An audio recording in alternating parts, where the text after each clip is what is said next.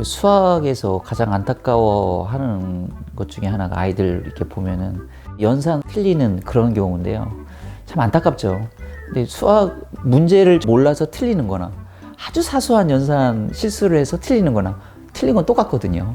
그래서 참 이게 연산 실수를 하지 말아야 되는데 연산이 그 초등학교 때는 정말 중요해요. 부모님들이 좀 간과하고 잘 모르시는 경우가 있어요. 초등학교에서 수연산 영역은 그 5개의 수학 영역 중에서 수연산, 도형, 측정 다른 어떤 영역보다도 수연산 영역이 굉장히 비중이 크거든요. 단원 비중에서도 절반이 넘어요. 그리고 도형이나 측정 영역까지 끼치는 영향력을 생각해 보면은 거의 70~80% 이상이 수연산 영역이라고 해도 과언이 아닙니다. 그래서 계산 잘하면은 수학 잘한다, 이 말이 최소한 초등학교에서는 과언이 아니라는 거죠.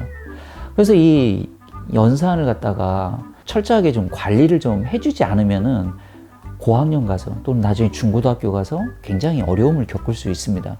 그래서 이 연산을 갖다가 실수하지 않게 하기 위해서는 저학년 때부터 연산을 갖다가 특별히 훈련을 갖다가 시켜줘야 돼요.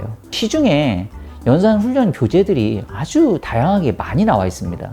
매일 한 5분, 10분 정도씩 할애해가지고 그 연산 훈련 학습지를 갖다가 풀게 하면 좋습니다. 그것도 수학 공부를 하기 전에 몸풀기라고 그럴까요? 그 연산 훈련지를 갖다가 좀 풀고 수학 문제들을 갖다가 풀면은 굉장히 집중력에도 큰 도움이 되거든요. 그래서 연산 학습지를 갖다가 좀 구해가지고 좀 활용을 갖다가 하면은 아이가 정확도뿐만 아니라 빠르기도 굉장히 빨라지거든요. 일단 연산이 정확하고 빨라지면은 수학에 대해서 굉장한 자신감을 가질 수가 있으니까 일석이조의 효과를 누릴 수가 있습니다.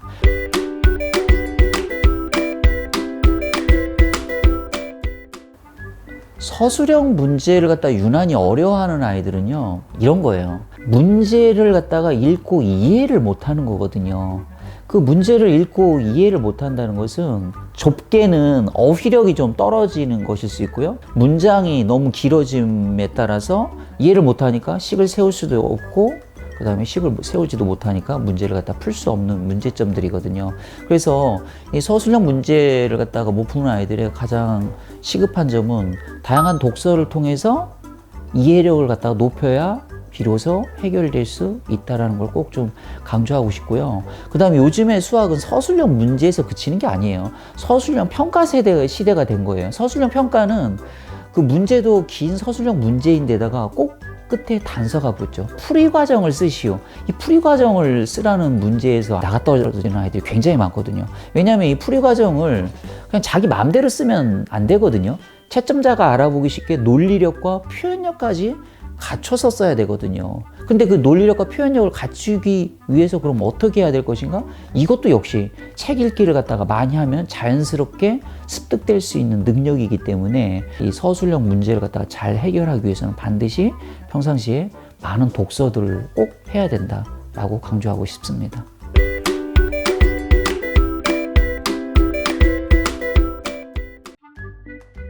어려운 문제를 갖다가 손도 안 대는 아이들은 굉장히 이유가 다양해요.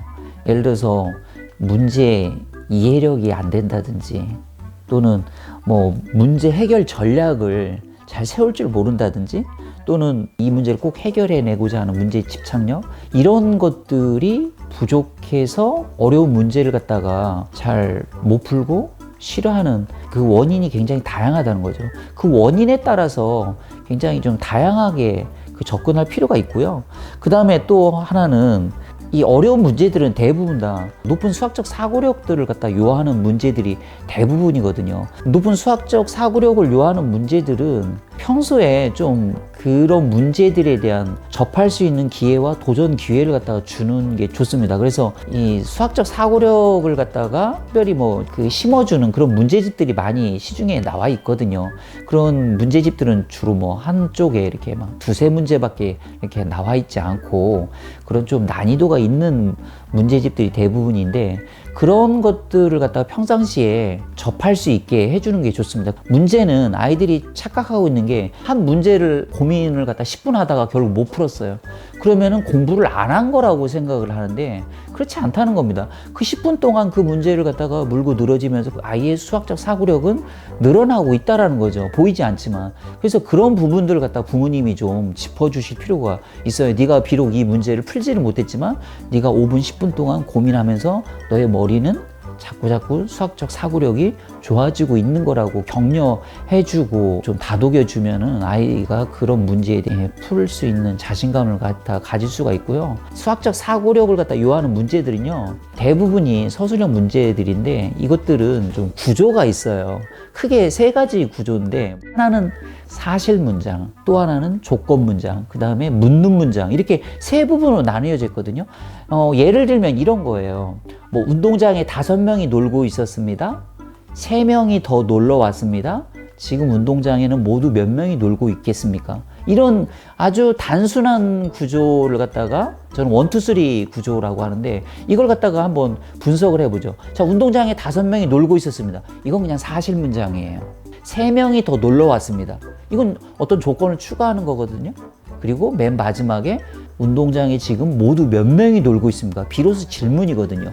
이렇게 단순하게 사실 문장, 조건 문장, 그 다음에 질문 문장으로 이루어져 있는 그런 문장 구조도 모르는 아이들이 고학년이 돼도 굉장히 많아요.